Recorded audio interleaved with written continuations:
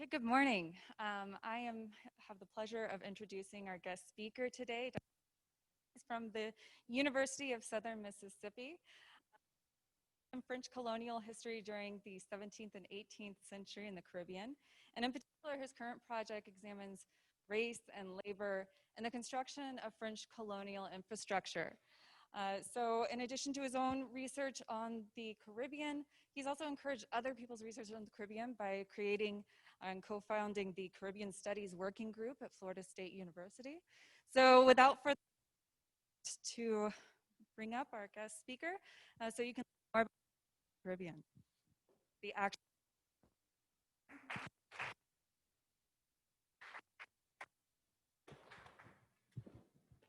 Thank you.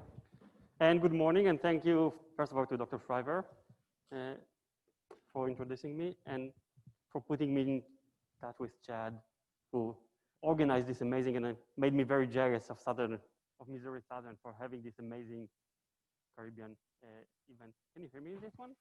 Yes.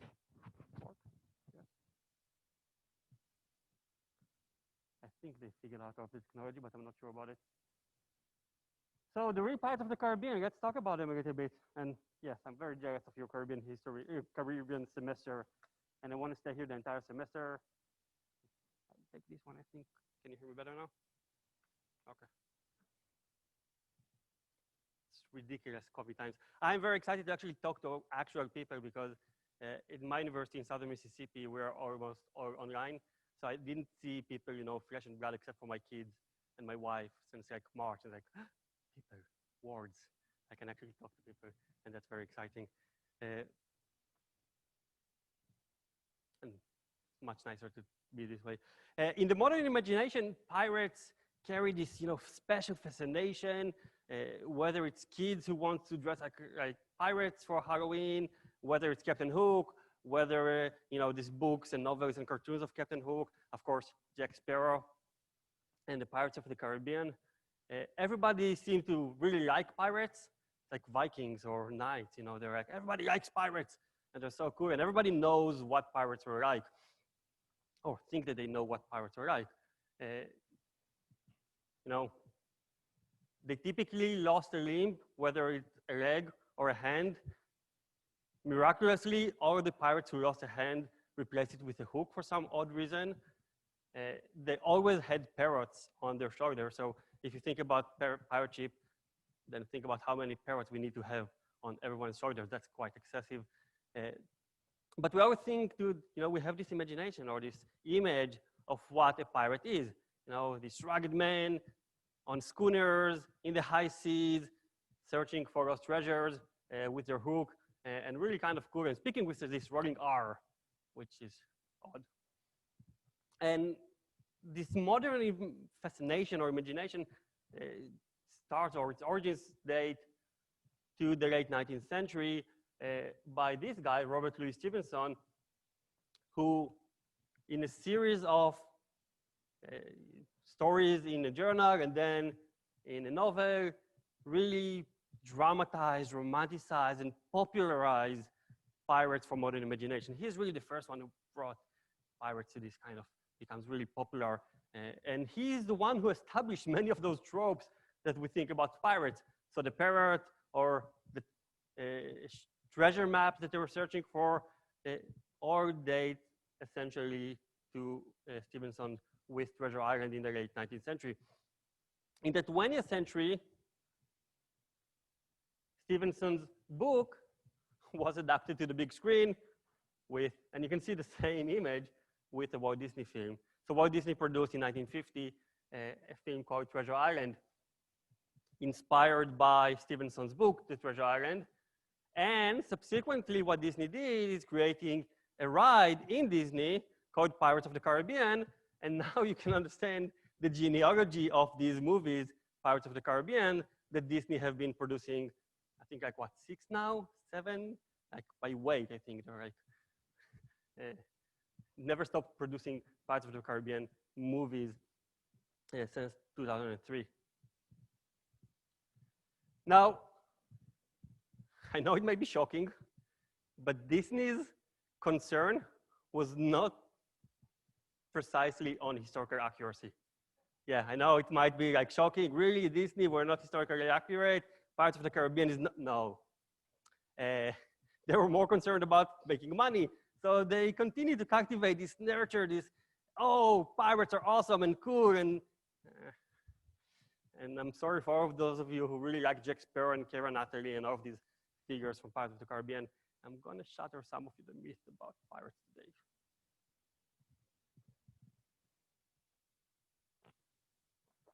So the truth about pirates in the Caribbean is twofold. First of all, this is a much more complex story. There were much more, there are different iterations and phases of pirates in the Caribbean. As a rule, pirates are considered or were considered to be extremely violent. The systems of torture that sometimes took place by pirates or on pirate ships are extraordinary. So they're not only these cool folks, but also pirates are really, really, really important, and I can say really, really, really more, because they're really important to understanding the Caribbean. They played instrumental role in the formation of modern Caribbean societies. We cannot really understand the modern Caribbean and colonization efforts in the Caribbean, the history of slavery in the Caribbean, the history of trade in the Caribbean, the history of French and English empires in the Caribbean, and by extension in the Atlantic Ocean without pirates. So we're going to shatter this need. Yes, I'm a historian, so I'm going to be really having fun with animations, because why not? Thank you for appreciating that. And I'm going to, I don't have much time today, but I'm going to raise and hope to fulfillingly answer 2 questions today. First of all, who really were these Pirates of the Caribbean? And hint, they're not Jack Sparrow. And the second question is, what was their importance? And this is what we really want to understand if we want to understand something about the Caribbean.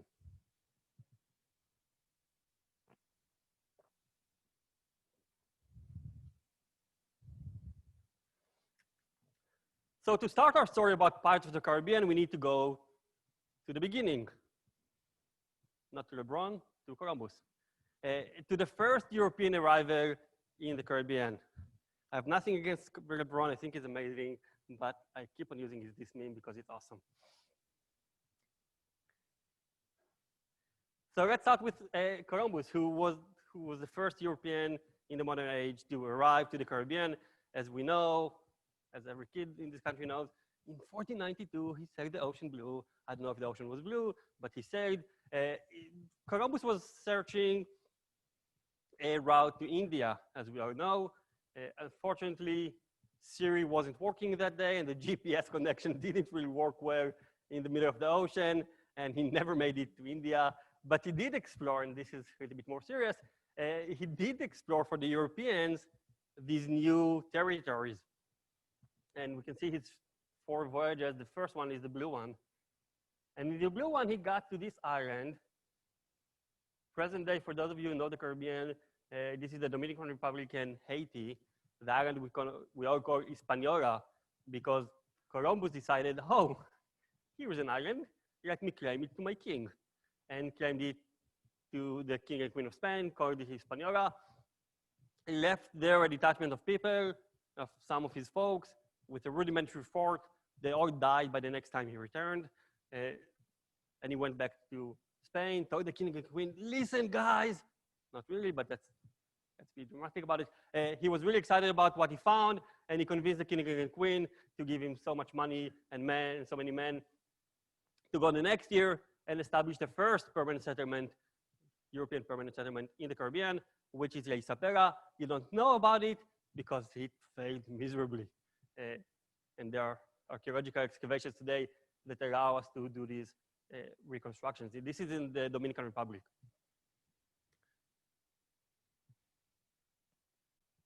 But the failure of La Isabela did not stop the Europeans from continuing to flock into the Caribbean and subsequently to the continent, and to establish permanent settlement there, to fight the Native Americans, the Arawak and the Taino and the Caribs, and all of these indigenous groups in the Caribbean, conquer them, subjugate the local population and make them extract, especially gold, but also some other commodities that they could find in the Caribbean and subsequently on the continent.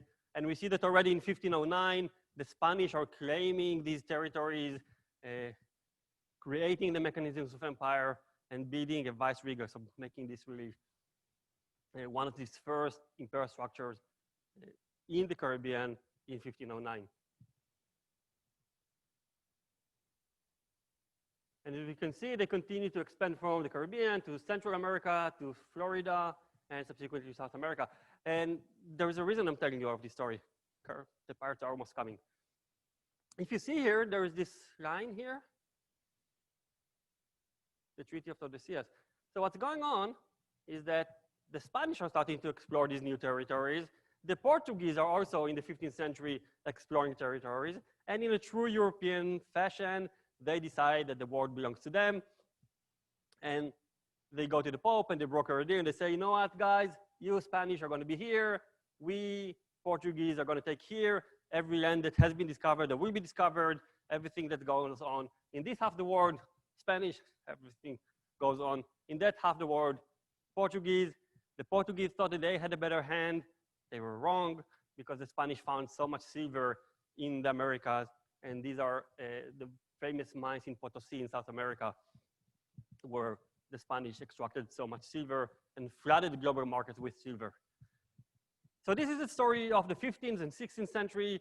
The Portuguese and the Spanish are expanding, finding new territories, exploiting new resources, fighting indigenous populations, and really enriching themselves with silver, with gold.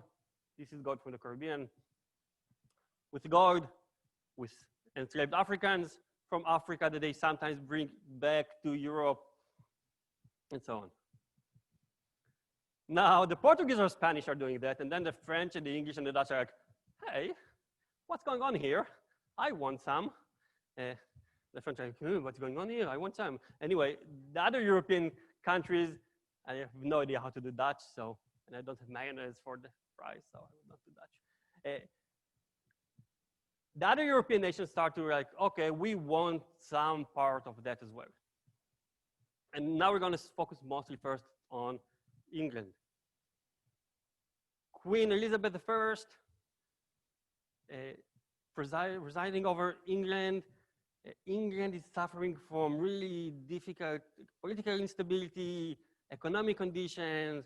They have demographic growth that they cannot sustain. Conditions both in France and in England in the 16th century are not ideal. And how can they change it? They can start engaging in transoceanic activities like the Spanish, like the Portuguese. But the Spanish and Portuguese are too strong. And they would not allow them to do that. So what do? This is where pirates enter our story.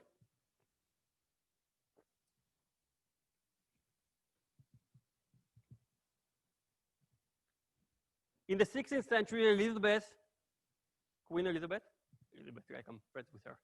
Hey, Liz, how are you doing? Queen Elizabeth I starts commissioning private pirates.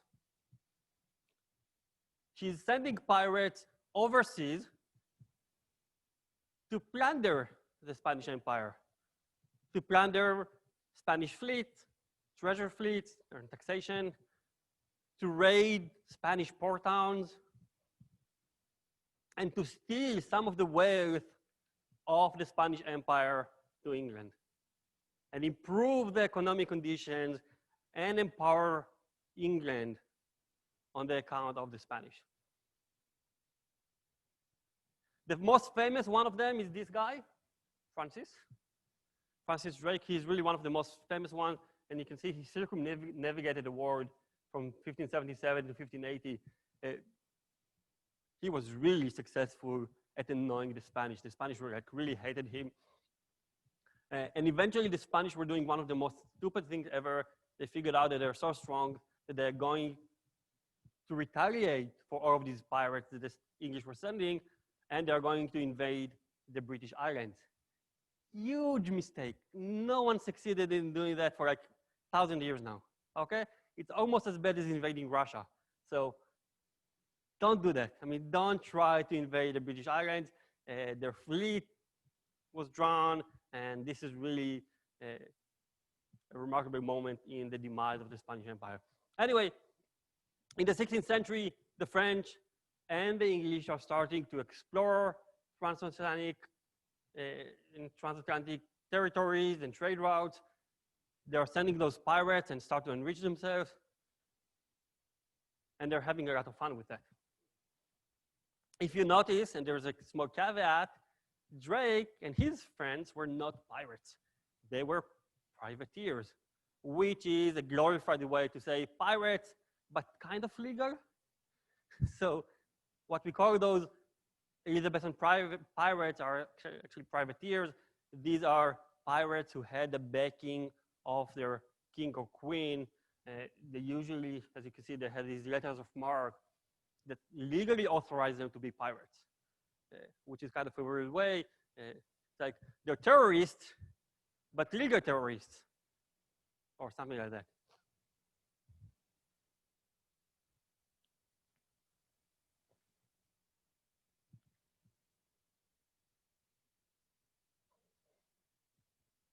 And you can see here these letters of marque that these pirates were getting. So this is the story in the 16th century.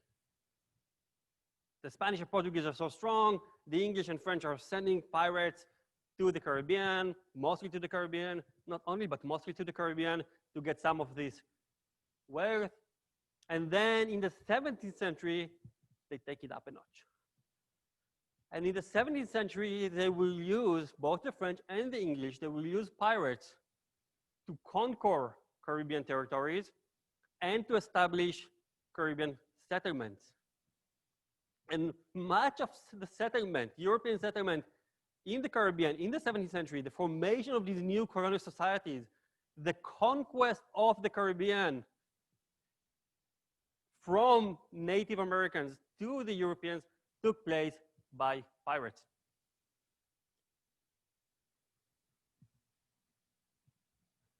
And the next page in our story, you saw there was a page in the story, because I can, very excited about it. The next page in the story, and really an illustrative example of that is this guy. Pierre Beren de Snambuc. He was a pirate, he was a privateer, he was a filibustier, filibusters, the French call them. He was French. And as you can see, this is a note of 50 francs from the mid-20th century in Martinique, and he's really immortalized, commemorized as this founding father of French colonization in the Caribbean, of the establishment of French territories in the Caribbean. And the Snambuc is really an interesting case. So the Snambuc was one of these pirates connected to the monarchy, roaming mostly the Eastern Caribbean. So, and this is something important. Pirates typically don't go to the heart of activity. So the Spanish Empire was really strong in Havana. They usually won't go to Havana. They will go to Jamaica, or they will go to places where the Spanish are not that strong. And the French and the English pirates are focusing on these territories, on these Lesser Antilles. All of these Caribbean islands, you are probably familiar with Barbados, but we can also see Martinique, which I'm going to mention in a second, Guadeloupe, St. Kitts and Nevis, which is Saint Christophe, Grenada, and all of these range of islands, the so-called Lesser Antilles or the Eastern Caribbean. So this Snambuc guy, our pirate, he, in the 1620s, is pirating.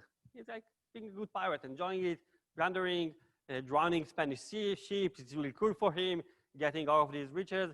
And in around 1625, 26, he starts French colonization efforts in the Caribbean. Indeed, the first French settlement in the Caribbean is in the island of Saint Christophe, today what we call Saint Kitts and Nevis, in 1626, headed by the Snambuc. Why would they send pirates? Because these pirates were seamen. They knew the territory. They knew how to get there. They have already operated there, and they knew what's going on. The Snambuc himself, before he started settling there, went to St. Christophe, and this is the map of St. Christophe from the 17th century. And he divided it between himself and the French and the English, also pirates. So there was a settlement of English headed by pirates.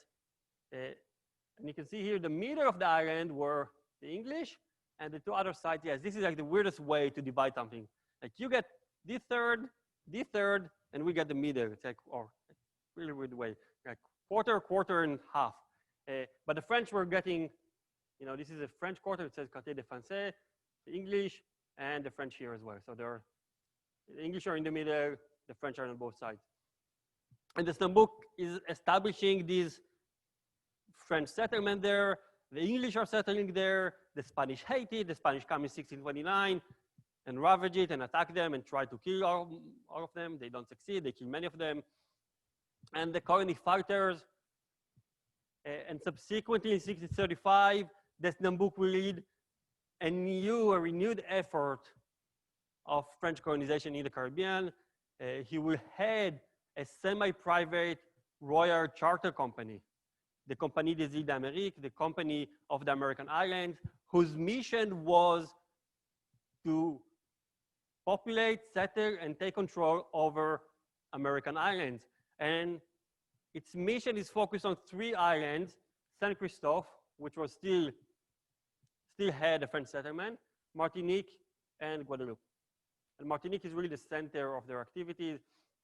And indeed, this guy, the Snambuk, comes to Martinique in 1635 and established their settlement. He calls it Saint Pierre because he's very original, and not really his name is Pierre, and his patron saint is Saint Pierre, so he calls it Saint Pierre. And spoiler alert, Saint Pierre will become the largest, most important city in the Eastern Caribbean up until the 20th century. This is becoming the center of activity, and we can see that the Snambuk's statue, which will topple in 5 minutes, so don't be too excited about this statue. He's going to destroy it in a few minutes. But the Snambuk is really the one who founded or headed European colonization in the Caribbean. This is an image from Saint Pierre, this large, really the center of the Eastern Caribbean, the largest city in the Eastern Caribbean in the early modern world. Really, really important city that was unfortunately, I don't know if you can see here, there is a volcano called Mont Pelée, and actually the city was devastated by a volcanic eruption in the beginning of the 20th century and never recovered.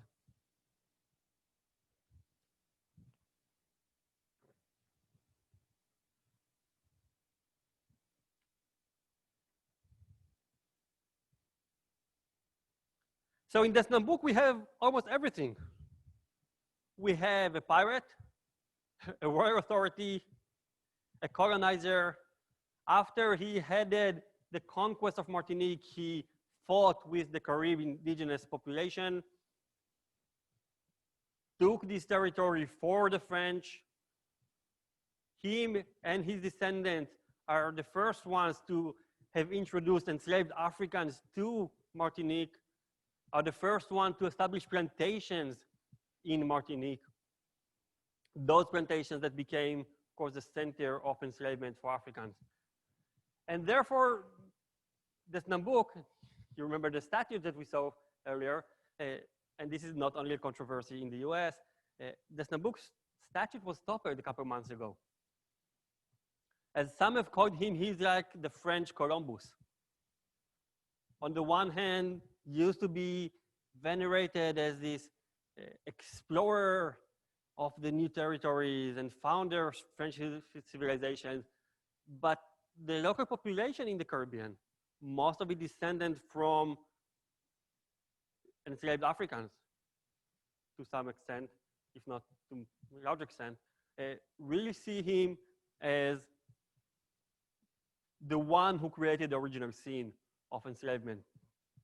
And you can see here, I don't know if you can see here, but I will tell you that you can see here, a graffiti. And the statute has been there since the mid-20th century, and it's always been kind of this center for attack or something to attack. And you can see here, shame to our elected officials where are our heroes? They want our heroes, meaning black heroes, not those enslavers. And indeed, a couple of months ago, his statue was toppled together with a statue of Marie Antoinette, not Marie Antoinette, of what's her name? Who was Napoleon's wife. Damn it, her name. Yeah, Josephine. So Josephine is even more interesting because her statue has been beheaded for decades. There was a beheaded Imperatrice, the empresses, and her statue was beheaded a few months ago, so toppled together with this one.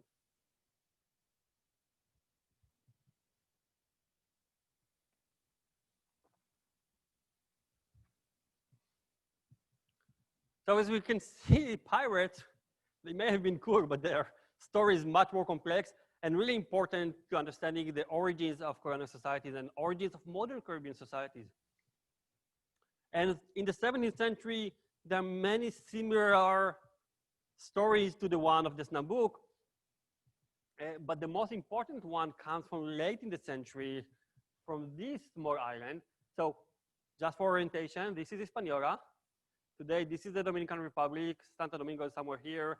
This is Haiti, okay? And this small place, see?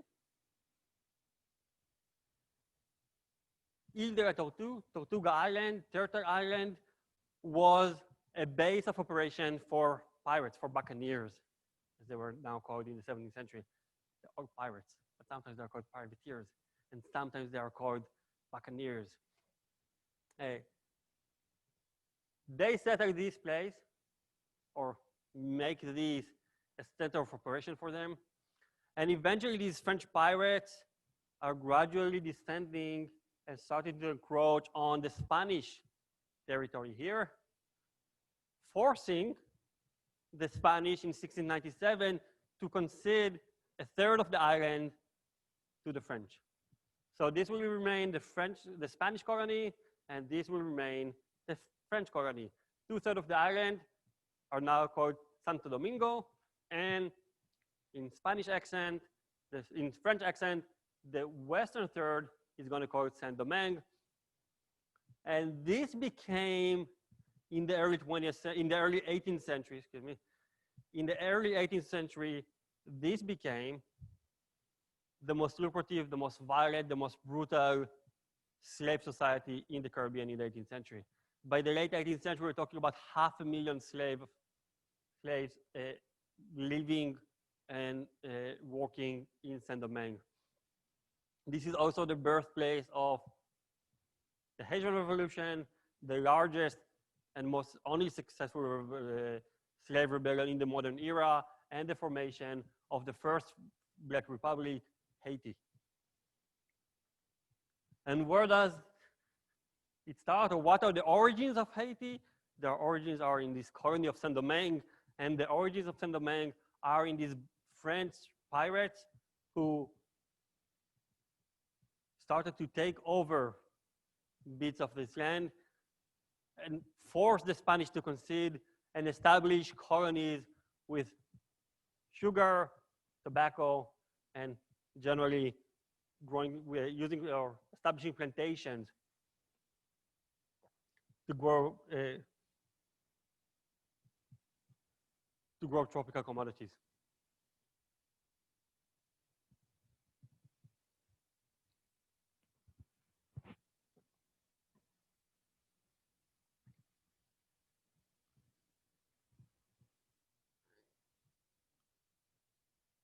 The Golden Age of Piracy, which wasn't so golden to many, but the Golden Age of Piracy roughly corresponds to this period from 1650 to 1730, when pirates, especially in the Caribbean, were everywhere.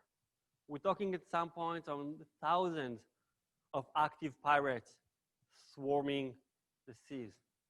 So we started seeing pirates already in the 16th century and in the early 17th century, and we saw how the European monarchies used those pirates to establish themselves and establish their empires, but then it went out of control. From 1650 to 1730, roughly, maybe 1720s, pirates are everywhere.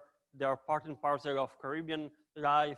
They're really a nuisance to the European empires that try to establish themselves. And why do we suddenly have so many pirates? And I want you to guess, and I will give you a hint. This is the world's worst drug.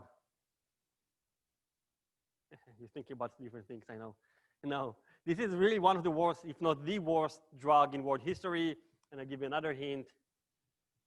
Sugar. You think I'm joking, but it used to be used for medicinal purposes as a drug in the Middle Ages, and in the 17th and 18th century really transforms the world economy.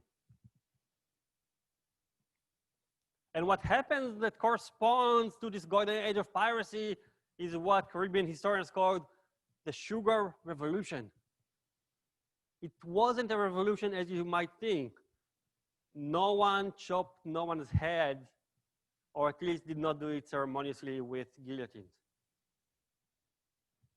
But what we do see is this enormous, really rapid rise in plantations and the cultivation of tropical commodities, mostly sugar. And if we can see in some of the numbers that we have of the transatlantic slave trade, what drives the transatlantic slave trade already from the 17th century really to skyrocket and to soar in the 17th and 18th century starts with sugar and the sugar revolution. And remember who started all of that? Pirates. And we can see here an example in Barbados. This weird island, it's kind of, if you saw, remember the map of the Lesser Antilles, there was like all of them in kind of a nice line, and Barbados is like on the side because he doesn't want to belong. So Barbados, this island, this small island, becomes really the center of the sugar revolution, and we can see some numbers. So if in 1629, we're talking about 1800 white and about 50 blacks living in Barbados, look what happened 1643, and look how it happened within really a few decades. This is the extent of the revolution. We're talking about suddenly 46,000 of the population are enslaved Africans, and the majority of the populations are slaves. And this is the sugar revolution. This is the emergence of slave societies where the majority of the population, 60, 70, even 80% of the population are enslaved, working mostly to cultivate, process this drug of sugar.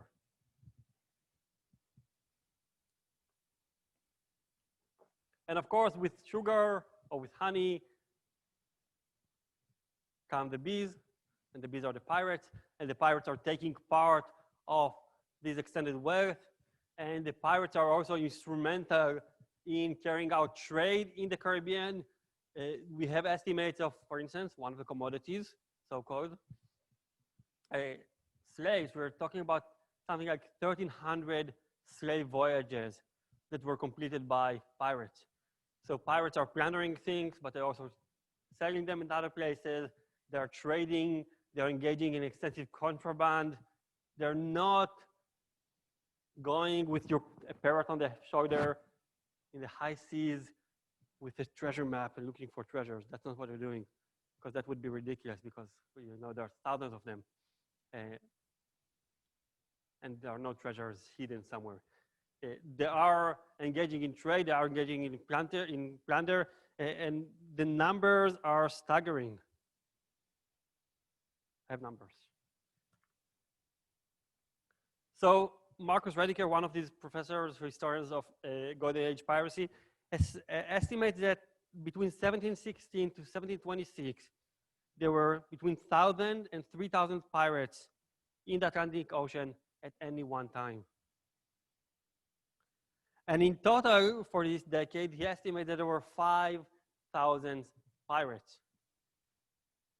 For comparison, the British Navy had 13,000 sailors. And the British Navy at the same time is the largest, strongest navy among the European nations. So pirates are like a small navy or medium-sized navy of vagabonds who really terrorize the Atlantic Ocean, terrorize colonial societies and communities. And eventually, when this British Navy is strong enough in the 1720s, 1730s, it starts to crack down on piracy and really bring them kind of under control. Pirates will still be important and will still continue to exist and be present in the Caribbean throughout the 18th century. And again, we see them in other cases where they really save. For instance, the French will continue to use pirates, these privateers, throughout the 18th century to supply their colonies when they're under siege during the war or things like that. So pirates are really important for all of these European nations. They're important for the formation of colonial societies, and they're important. They're almost everywhere. They're intertwined in the texture of Caribbean history in the 17th and 18th century. And none of them was called Jack Sparrow, as far as I know. Maybe he was. So where do we have these pirates? Where do they come from? And how do they live? And what do they say and do? And I don't think they talk with the rolling R. The rolling R comes from the movie that I showed you earlier in 1950. There was this, one of these actors was using the rolling R, and I can never do that. And dramatize it. But so who were these pirates? I think there were lions there as pirates, but I'm not sure. No, not really. So pirates typically came from the lower ranks or the lower echelons of Atlantic societies. And they could come from almost everywhere. There were women among them, there were Africans among them, there were Europeans among them. Oftentimes there were sailors, low-ranking sailors who were living, or working on merchant ships or navy ships, and working conditions and living conditions on these ships were horrendous. You could easily die by being drowned, or the food was bad if there was food. Disease were widespread, and someone put it once, being a sailor in the 18th century was like being in jail, but you could also drown with the jail. And this is essentially their life story. So many of them decided to just break away from that.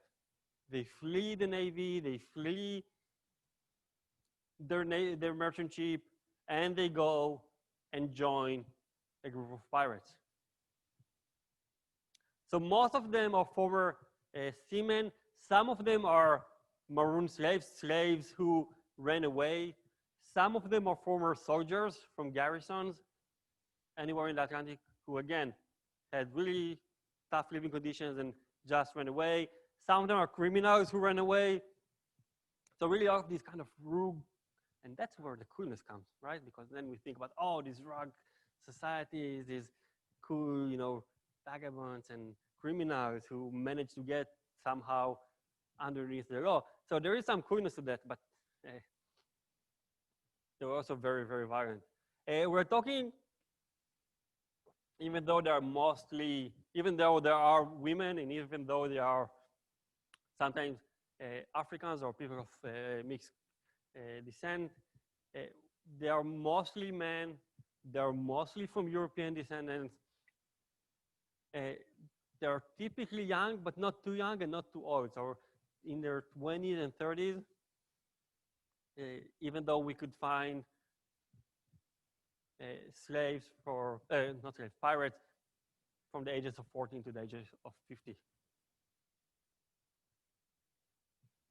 Once they decided to join the ship, there usually was what's called the articles of the ship. So these articles were this kind of convention or regulation of the ship. And once if you wanted, you would take an oath to accept those articles. And these articles were really egalitarian. So life in a pirate ship were typically, for the pirates, pretty egalitarian. The booty was distributed relatively equally among the pirates. There was a captain, but the captain was elected by all of the sailors, and it was kind of a relatively egalitarian system. And there are also captives. So pirates oftentimes need sailors. And what they do is they usually go to Newfoundland, where there are all the fisheries, and just capture and hijack sailors and try to force them to accept the articles. But they would never make them a pirate if they do not accept the articles of the ship. So they might be still captives on a pirate ship. And we can't finish without cool images of female pirates, like Anne Bonny, this Irish-born pirate, and her colleague Mary Read. And of course, a French pirate. From, and I should have probably put it, from this island that I mentioned earlier, Isla Tortuga Island, to the northwest of Hispaniola.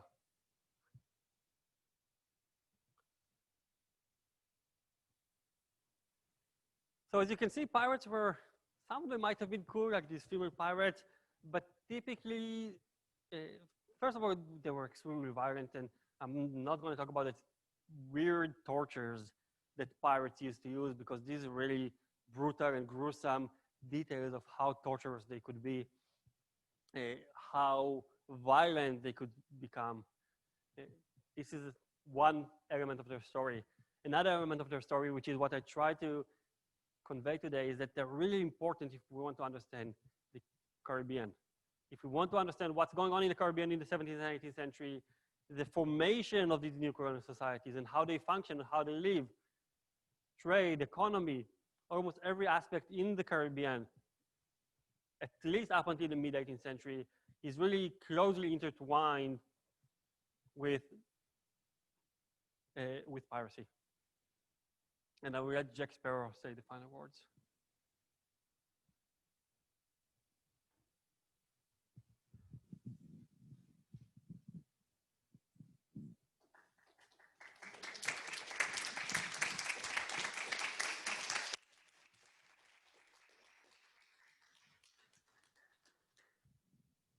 You talked about the French and the British models of establishing their territories through the pirates. What about the Danes and the Dutch? Did they follow those same models? The Dutch follow the same model. So it's usually the Dutch, the French, and the English. Relatively the same model, although the Dutch don't really engage in settlement. What about the Danish? Again, the Danish has like 2 small islands in the Caribbean. The Dutch has a little bit on Curacao. And the Dutch are trying to do some settlement in the Atlantic world in the beginning of the 17th century. You know, they tried to conquer parts of Brazil and settle there, of course, New Amsterdam, which is New York. So they do this in the early 17th century, but then they move to focus on trade, and they become traders. And then, so yeah, up until the mid 17th century, the pirates are important to the Dutch as they are to the English and the French. I was curious if you were familiar with the show Black Sails. Black Sails? Mm-hmm. No. All right. Well, then I can't ask the questions. But tell us about it. No. One of the things that the show has a lot of actual historical figures in it, but it posits that there was a group of pirates that broke away from any connections and tried to form their own society in the Caribbean. Is that? So what happens oftentimes is that they establish, these are essentially maroons. They are runaways. And they're looking for places where they can live their own life without authority, without law, you know, and do their own thing.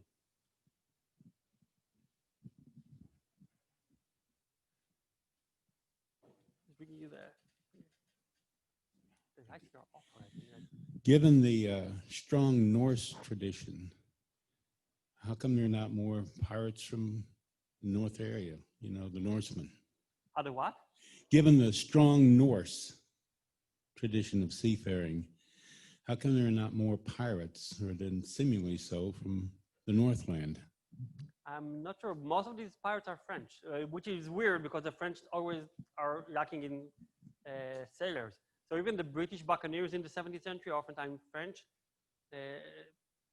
and they work with French pirates. I'm not sure why there are no more Norse. Maybe they're nicer. I don't know. Yes, torturous. Maybe what they eat. Questions. There are a few questions on Zoom. I don't know if you can see those. I think I can.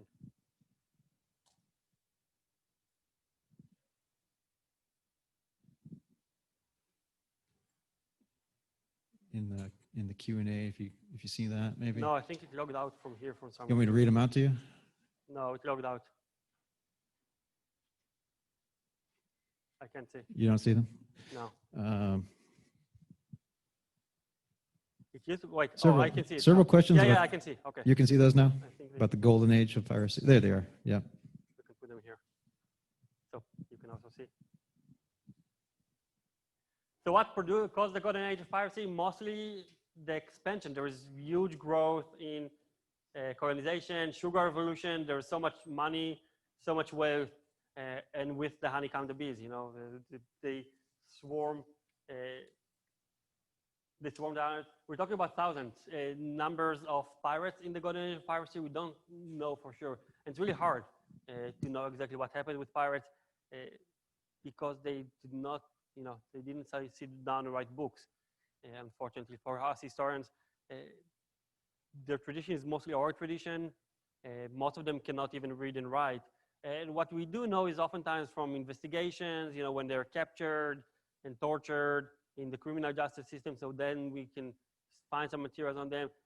So there's a really difficult understanding or knowing how many pirates, and most of the knowledge that we have comes from the navies, because the navies kept detailed records. And the navies are, and here I'm getting to the third question, the navies are the one who actually tried to kill piracy and kill the Golden Age of Piracy in the late 18th century. And I'm not sure what the last question is about, were the pirates in the Caribbean, to be specific. Yes.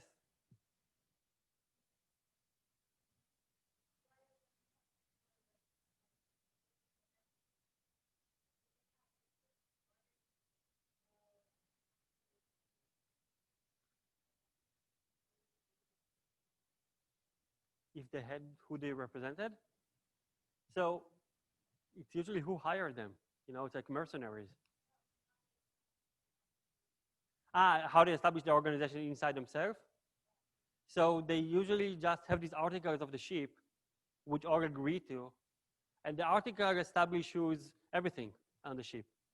And sometimes at some point on the ship, they disagree on the articles and there is a major disagreement. And we see pirate crews that split. You know, they capture another ship, half the pirates or some of the pirates go to this another ship, write new articles, new organization. They organize them among themselves, and these are the so-called articles. The articles of the ship are really, really sacred for them, really important for them, because these articles organize everything about booty, about hierarchy, about what they're doing, and so on.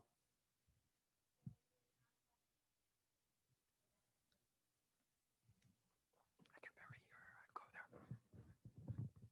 What do you say?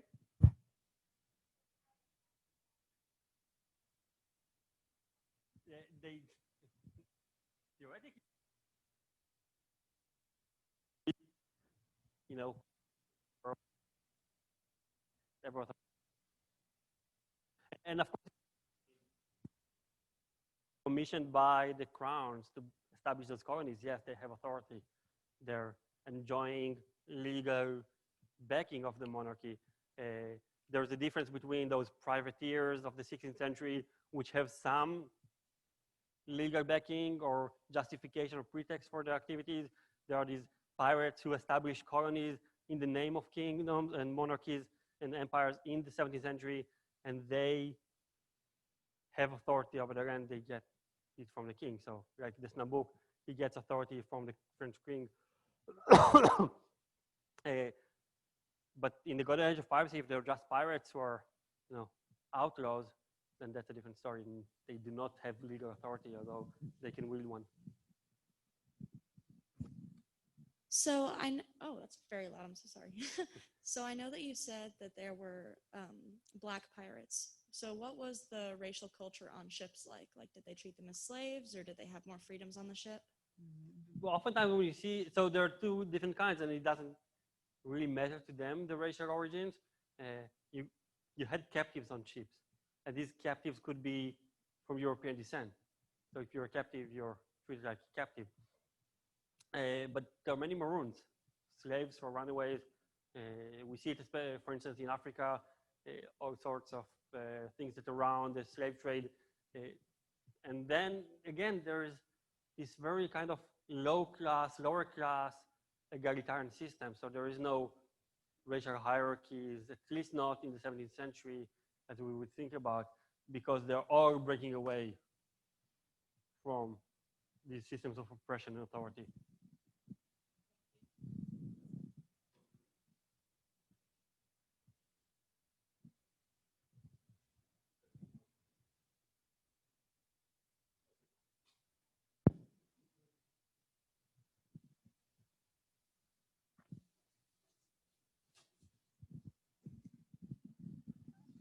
I'm so sorry. I just had a question about, so whenever these countries decided to stop like supporting these pirates or like the privateers that they had hired, did they take away like their legal documentation? Is that how, or was it just like one day they were legal and one day they were being chased by? There's a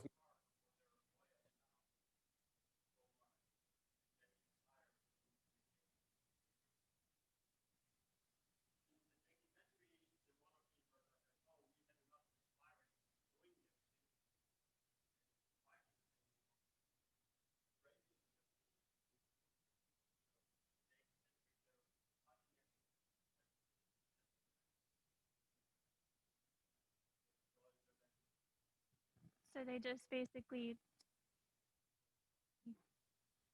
give. exactly.